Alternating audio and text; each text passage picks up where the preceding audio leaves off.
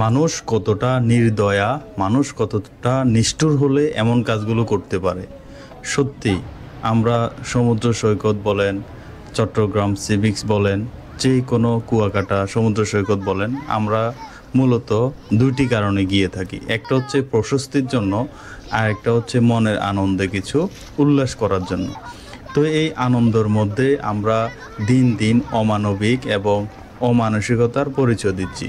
আমরা দিন দিন মনে হচ্ছে যেন সেই আইএমএ জাহিলিয়া অথবা তারও অনেক হাজার হাজার বছরের আগে যখন ফেরাউনের রাজত্ব ছিল, ওই আমলগুলোতে মানুষগুলো যেমন আচরণ করত অন্য মানুষদের উপরে এবং পশু পাখিদের উপরে, দিন দিন আমরা যেন ওই দিকে ধাবিত হচ্ছি।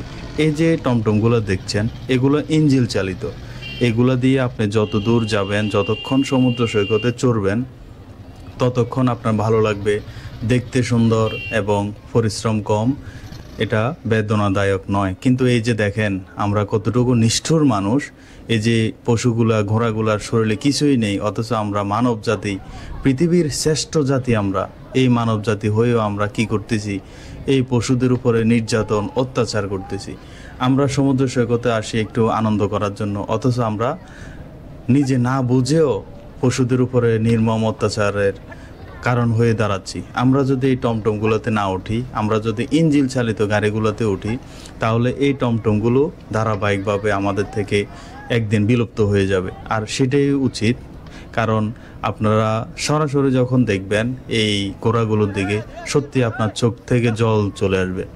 একটা ঘোড়ারও শরীর স্বাস্থ্য ঠিক নেই, আর বেতের আঘাত, চাবুকের আঘাত দেখেন, পুরা শরীর রক্তাক্ত হয়ে গেছে, পিঠের চামড়া পর্যন্ত উঠে গিয়েছে। কিন্তু আমরা মানব জাতি হয়েও আমরা এই পশুদের উপরে কিভাবে চড়তেছি, আরও আনন্দ করতেছি, সেলফি উঠাচ্ছি, বিনোদন করতেছি।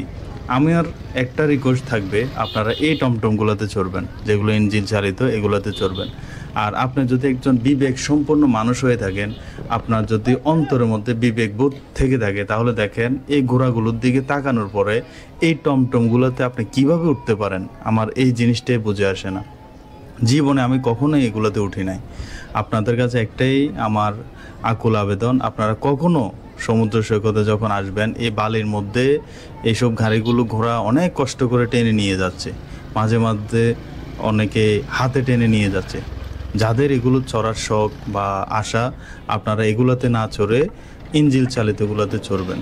আমার খুবই কষ্ট হয়েছে, খুবই মায়া পড়ে গেছে যে মানুষ কিভাবে একটি পশু, যাদের বাক শক্তির কোনো ক্ষমতা নাই, যারা কথা বলতে পারে না, তাদের উপরে কীভাবে অত্যাচার করে।